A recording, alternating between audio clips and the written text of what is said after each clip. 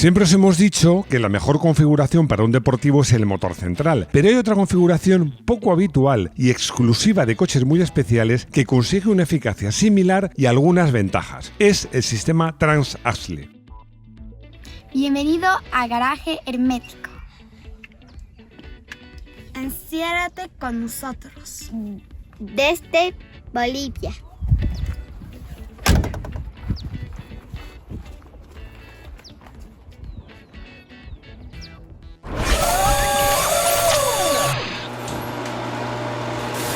Como podéis ver por nuestro fondo, estamos en el vídeo mensual patrocinado por la revista Cero a 100, que también habla de técnica, esta vez del Transaxle, y va a ser un vídeo muy interesante en el que vamos a utilizar nuestra pizarra hermética. Bueno, y ya sabéis cuál es uno de los mantras que repetimos siempre en Garaje Hermético. Las historias se comienzan por el principio. Vamos a hablar hoy un poquito de historia. Y de historia saben mucho en la revista 0 a 100 y también de técnica, pues en este número 6 dedica un artículo fantástico a este tipo de técnica con todo lujo de detalles y buenas fotos. Como os digo siempre, para mí una de las fuentes más fiables. Este número es muy especial, pues además del McLaren F1, del que ya hablamos, hay una historia acerca de la colección de SEAT que es una verdadera exclusiva y que os aconsejo vivamente, porque hay historias que nadie cuenta, pero 0 a 100 sí. Recordad, 0 a 100 se vende solo online, en el link que aparece en pantalla o en el texto descriptivo, y que si eres garajista tienes descuentos si introduces el código que figura en el texto descriptivo. Seguro que muchos de vosotros, cuando hemos hablado del sistema Transaxle, enseguida pensáis en la saga del Porsche 924 y el Porsche 928, pero no. Esta historia arranca mucho antes. Debut en competición. Estamos a finales de los años 30 y las carreras de monoplazas de gran premio la dominan coches como por ejemplo el Alfa 162 de 1939 o el Auto-Union de Grand Prix de 1938 o los Mercedes W125 de 1937. Todos ellos con el motor delantero, pero todos ellos con el cambio detrás junto con el diferencial. En realidad he decidido irme a primeros de los años 30, pero este sistema se utilizó bastante antes, a primeros de siglo. Lo utilizó por primera vez una marca que se llama de Dion Bouton, que os sonará. Y bueno, lo que pasa es que realmente lo utilizó en algunos coches de calle, pero se empezó a utilizar y a desarrollarse de verdad en competición. Luego pasó a los coches de calle. ¿Por qué? Porque aportaba unas ventajas en cuanto al reparto de peso muy parecidas a las de un coche con motor central, pero con unas ventajas prácticas muy importantes. Ya sabemos cuándo comenzó, pero nos falta por saber lo más importante, saber qué es este sistema. Y para explicarlo, nada mejor que nuestra... Antes de empezar, os tengo que decir una cosa.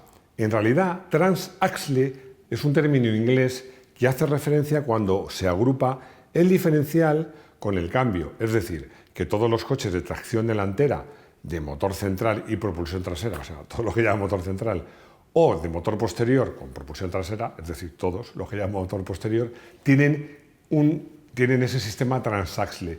Pero, sobre todo con la llegada de Porsche, ya antes se usaba, pero con la llegada de Porsche se popularizó el término, se hace referencia cuando decimos sistema Transaxle, cuando se conserva, se lleva el motor delante y el conjunto de diferencial y cambio va detrás. Normalmente el embrague, aunque como veréis más adelante no siempre es así, va al lado pegado al motor. Bueno, os he dibujado dos coches. Y bueno, primero, os voy a hacer una pregunta. ¿Cuáles son las cosas que verdaderamente pesan en un coche?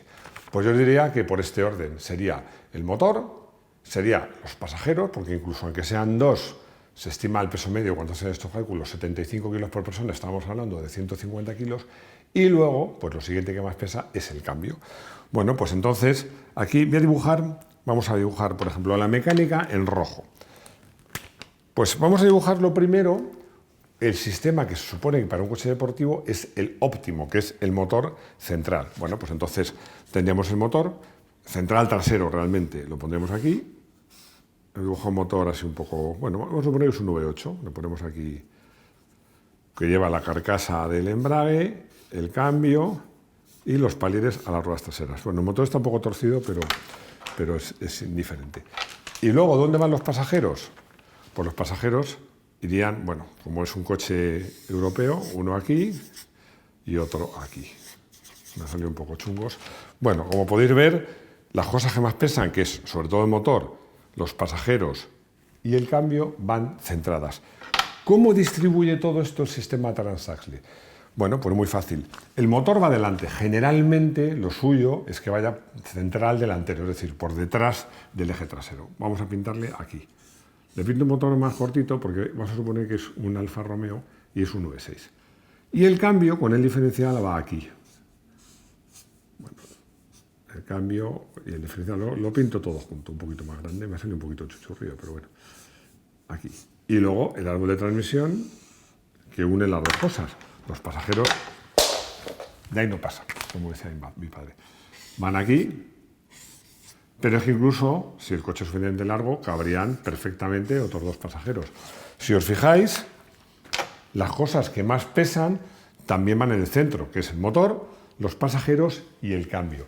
Bueno, lo que os iba a decir, ahí también os voy a hablar de otra disposición. Cuando se usa, por ejemplo, BMW usa mucho en sus series 3 y 4, aunque lleve el cambio aquí, junto al motor, al desplazar todo hacia atrás, también consigue un reparto de pesos que llega a ser del 50-50. Pero es que con este sistema es muy fácil alcanzar un reparto de pesos que puede estar aproximadamente entre el 40 delante, 60 detrás, o incluso menos delante y menos detrás, y con el sistema Transaxle puedes dejarlo en el 50% o puedes incluso hacer, si desplazas un poco los pasajeros para atrás, como por ejemplo lo hacían los Porsche, tanto los 924 como los 928, que el reparto de pesos se acerque también al 40-60, a pesar de llevar el motor en el centro, o un 45-65, que está muy, muy bien. Pero es que además, lo que os digo, el sistema Transaxle tiene dos ventajas, ya lo habéis visto aquí. Es más práctico, deja más espacio. Aquí he puesto dos pasajeros, o que podrían ser tres, pero como sabéis, tanto el 924 como el 928 tenía unas plazas traseras que eran para niños, pero también son muy prácticas para dejar un maletín, el abrigo y tal. Un coche con motor central, lo más normal es que no tenga ningún espacio.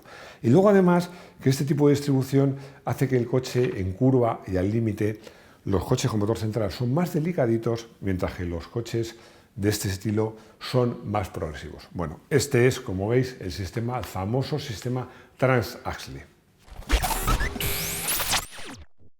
Como veis, la disposición Transaxle resulta muy interesante en coches puramente deportivos, pero yo creo que especialmente interesante en coches con berlinas deportivas o en coches deportivos que pretenden tener una cierta practicidad.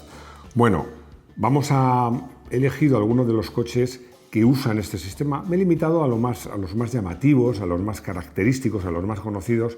Hay más. Si queréis verlos todos, os recomiendo que los veáis en la revista. Lancia, Aurelia y Flaminia. La verdad es que lo de Lancia es una pena, porque ha sido una marca, bueno, con un prestigio enorme, que ahora dicen que la van a reflotar, pero que es que en tiempos, no vamos a hablar de rallies, que ya lo conocéis todos, pero tenía coches tecnológicamente muy avanzados. Creo que la palabra que mejor describe estos coches es la de refinados. Bueno, en este caso, por supuesto, como tiene que ser en un sistema Transaxle, el cambio y el diferencial iban detrás, pero es que en este coche iba incluso el embrague. Y además tenía una curiosidad, que tenía un motor V6 a 60 grados, que tenía una ventaja adicional, que como podéis imaginar es más corto que un 4 cilindros, es prácticamente tan corto como si fuera de 3 cilindros. Pegaso Z102. El Pegaso, cuando apareció, era un compendio de la mejor tecnología que había en ese momento, en todos los aspectos del coche, pero a mí particularmente me gustaba mucho, me resultaba impresionante, me resulta todavía ahora impresionante el eje posterior, que por supuesto tenía el sistema Transaxle y que además tenía un eje de Dion, que ya os he contado algunas veces, es un eje rígido tubular muy ligero, y el diferencial, en vez de ir en el eje, va anclado al chasis. Bueno, era lo más avanzado en su momento. La verdad es que era un coche absolutamente impresionante. Y otra curiosidad, en este modelo el diferencial iba por delante de la caja de cambios. Es decir, que el eje de transmisión tenía que pasar, tenía un hueco a través del diferencial para llegar a la caja de cambios y luego volver, se atacaba desde atrás. Y luego además, otra cosa curiosa si lo veis, es que había unas bieletas de control del eje trasero para posicionarlo que se anclaban por detrás, que tenía un subchasis. Como os digo, es un eje trasero muy particular, pero extraordinariamente eficaz. Alfa Romeo. Alfa Romeo puede que sea la marca que por número de unidades vendidas con este sistema más ha popularizado el sistema Transaxle, porque, por ejemplo, lo llevaba el precioso Alfa Romeo Alfetta Coupé, también lo llevaba el Alfa 75 y también lo llevaba el Alfa 90, sin olvidar ese coche que se llamaba SZ, pero que por su peculiar estética todo el mundo le conocía como Il Mostro, que también lo llevaba. En todo caso, con eje posterior de Dion, que por cierto, Luis Alberto, que hablo con él acerca de los guiones, me dice que prefiere llamarlo puente de Dion. Bueno, el caso, lo que sí es importante es que recordéis que el artífice del Pegaso, que fue Wilfredo Ricard, había estado antes en Alfa, o sea que esto no es casual.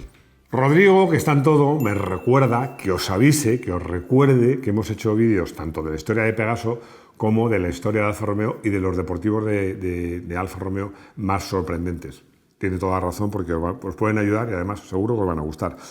Bueno, este modelo, en general los Alfa Romeo, quitando los coupés, pero sobre todo el 75, que fue un coche enormemente popular, era una demostración palpable de que este sistema era muy bueno, permitía un reparto de pesos muy bueno, pero permitía una cierta practicidad. O sea, lo podías aplicar en una berlina de 5 plazas, que por supuesto el motor central no lo puedes utilizar. Yo recuerdo cuando probé estos coches y la verdad es que esta disposición que les permitía un reparto de pesos tan equilibrado, pues influía en el comportamiento y mucho y para bien. Y los Porsche. Os decía que Alfa Romeo fue la marca que popularizó este sistema, pero yo os diría que la marca que lo puso, por decirlo de alguna manera, en el mapa o en la mente de los aficionados fue Porsche, porque primero con el 924 y por supuesto sus derivados, el 944 y el 968.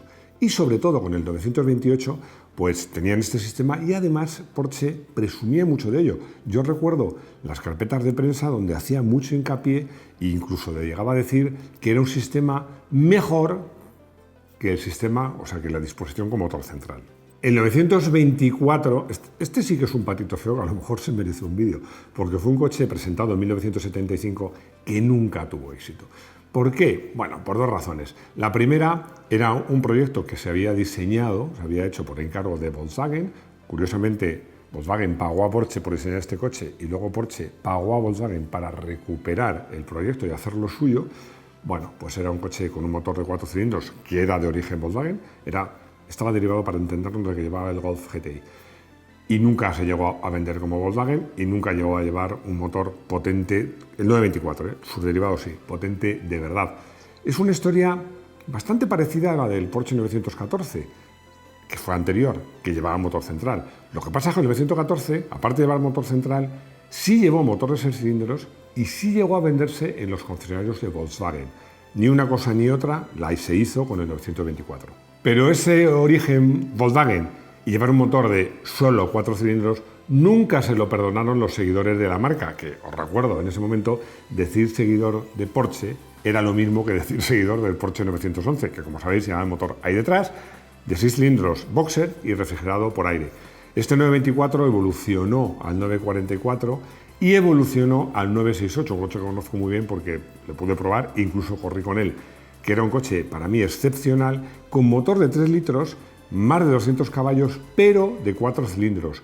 Y diréis, bueno, pues un motor de esa cilindrada tan gordo vibraría mucho. Pues no, porque llevaba árboles de equilibrado y era un motor muy refinado. Y no tuvo mucha mejor suerte el Porsche 928, que era un GT que había diseñado Porsche partiendo absolutamente de cero y con un novedoso motor V8, novedoso para Porsche, que yo he tenido oportunidad, además en 2 ocasiones, de ver desmontado y os aseguro que es una obra de orfebrería. Parece una verdadera joya. Este coche llevaba sistema transaxle y además llevaba un tubo rígido hueco que unía el motor con la carcasa del cambio y el diferencial. Bueno, además llevaba un eje trasero que se denominaba Weissach. Yo creo que fue uno de los primeros ejes posteriores, sistemas de suspensión, que tenían un sistema activo. Cuando el coche se apoyaba, la rueda exterior apuntaba un poco hacia adentro. La verdad es que era una maravilla. Bueno, el coche era fantástico, era un GT, no era un deportivo puro, pero nunca ocupó el puesto que debía ni le hizo sombra al 911. Ya lo sabéis, me confieso un apasionado de la tecnología de los automóviles y este sistema me gusta mucho y además lo conozco muy bien porque lo he probado en muchos coches, muchos Alfa Romeo, en muchos Porsche. Bueno, como os he dicho, con el 968 he tenido la oportunidad incluso de correr con él en competición, en circuito, y la verdad es que es un sistema que me encanta porque te permite hacer coches que tengan un comportamiento deportivo muy bueno, muy buen reparto de pesos, tiene una cierta practicidad y yo creo que son un poquito más fáciles de conducir y más progresivos que coches con motor central. Entre el año 1992 y 1995, Porsche puso a la venta el 928, su versión tope de gama, el GTS. Muy refinado, muy bien equipado y con nada menos que 350 caballos. Bueno, este coche lo probé en su momento cuando era una novedad, luego también lo he vuelto a probar. Bueno, es un coche que me encantaba. Como curiosidad os puedo decir, no os diré dónde, pero sí os puedo decir que fue el primer coche con el que rebasé los 250 km por hora reales. Luego he corrido mucho más. Bueno, era un coche que pesaba 1.500 kilos y en su momento fue criticado como coche pesado. Me hace mucha gracia porque hoy en día realmente no es un coche, no se puede considerar un coche pesado. También las llantas que llevaba en ese momento de 17 pulgadas se parecían que eran enormes y ahora hay utilitarios que llevan llantas de 20. Pero lo que os aseguro es que era un coche que tiene un comportamiento impecable. A alta velocidad en autopista y en carretera de curvas os sorprendería lo ágil que es. Además recuerdo una anécdota que no tiene que ver, o tiene que ver con el coche, pero yo no lo llevaba. Estaba en Alemania, estaba probando en la presentación del BMW 750i con motor V12, que era un coche que BMW había autolimitado a 250. Yo iba por una autopista de velocidad libre, no iba haciendo nada ilegal, verificando si realmente el coche cortaba 250. Honestamente, yo con mi mentalidad española, pues a 250 no vigilaba mucho el espejo trasero porque no imaginaba que nadie me fuera a pasar. Y de pronto noté algo y vi que me hacían ráfagas. Bueno, me eché a un lado y era un Porsche 928 GTS que me pasó, pues no sé, más cerca seguramente de los 300 que de los 250. Llegamos a nuestra sesión de consultorio donde Alonso, que no creo que sea Fernando Alonso, me pregunta literalmente si un triste 924 con motor 2 litros 125, o sea, el básico, digámoslo así, es una buena pieza de colección. Vamos a ver. Yo te voy a dar dos respuestas. Una respuesta técnica o profesional. Bueno, si el coche está en buen estado y a un buen precio, puede ser una buena inversión, porque de estos coches básicos ahora se empiezan a cotizar incluso en los Renault 5, Super 5, porque casi no quedan. Y pasa igual con este coche, casi no quedan. Y ahora te voy a dar una respuesta con el corazón. Mira, no te compres un coche que consideras que es triste, porque me parece muy justo con el coche. Pero si te parece triste, no te lo compres. Amelio me hace una pregunta que es curiosa. Dice que está dudando entre comprarse un deportivo nuevo, ya sea, por ejemplo, un Mazda MX-5 o el nuevo Toyota GR86, que, por cierto, en un podcast de los lunes se lo dediqué a ese coche, que me parece muy interesante. O buscar un Porsche 928 GTS, que le va a costar menos y con el diferencial de dinero, pues repararlo y dejarlo impecable. Vamos a ver. La verdad es que, honestamente, no es una pregunta fácil. Lo primero que te digo es que eres un poco optimista con los precios, porque si encuentras un 928 GTS, entre comillas, barato, si lo quieres dejar impecable, te vas a gastar más dinero que comprando un coche nuevo. Pero yo te diré una cosa muy sencilla. Ventaja del 928, es un coche que no se devalúa, al revés. Si compras una buena unidad, la dejas impecable por no mucho dinero, se va a reevaluar. Mientras que los coches nuevos se van a devaluar. En cambio, si vas a comprar el coche y tu idea es hacer muchos kilómetros, lo vas a usar intensamente, mi consejo sería comprar un coche nuevo. Y ya hemos llegado al final de este vídeo donde hemos mezclado un poquito de historia con un poquito de técnica, pero es que era un sistema que me gusta mucho y que me parecía muy interesante contaros. Ya os sabéis que esperamos vuestros comentarios. Si no estáis suscritos, suscribíos, dándonos me gustas y las 4 cosas que os digo siempre. Si no las hacéis, pues si estás haciendo. Si os gustan las motos, tenemos vídeos de motos en Moto1 Pro. Estamos en todas las redes sociales, Facebook, Instagram, TikTok. Tenemos una web que vale la pena verla. Y por último, los lunes me curro los domingos. Este último acabé a las 2 de la mañana grabando un podcast de actualidad donde si hay Fórmula 1 cuento cosas de la Fórmula 1. Y nada más, que espero veros en nuestro garaje hermético. Hasta pronto.